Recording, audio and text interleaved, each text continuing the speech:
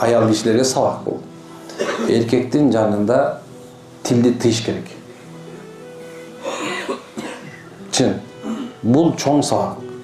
Antkelse bu vakıtlarda oşul үй бүлөлүк ынтымакты балким эркек бузат деши мүмкүн, азыр мен жазганда бул чыгаратасыз, точно чыгаратасыз.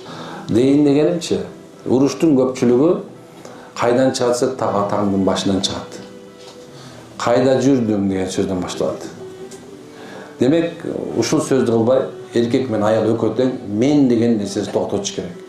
Эркек жумуштан үйгө кирип келатканда ассаламу алейкум деп жылмайып кирсин. Аял киши болсо үйүнө кирсе келгенде ва алейкум салам деп жакшынакай тозуп алсын. Жакшынакай. Бири-бирине мамиле кылганды үйрөнүш керек эркек менен аял. Эгер мамиле деген нерсе болбосо эркек аялдын ортосунда, анда ошол үй бүлө бузулуп кетет. Уламалар бекер айткан эмес. Адам баласы бул дүйнөдөн ачкачылыктан, анан кедейчиликтен, оорудан өлбөйт.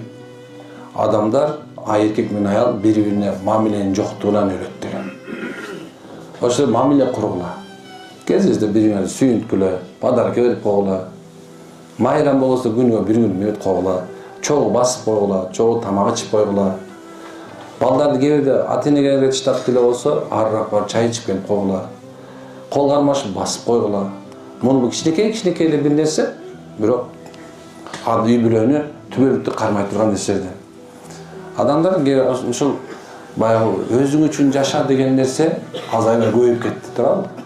Өзүң үчүн жаша деген нерсе бул кандай көрүнөт? Өзүң үчүн жаша деген нерсе бул бир адам түшүнүгү боюнча мен өзүм жыргашым керек деши мүмкүн. Жок.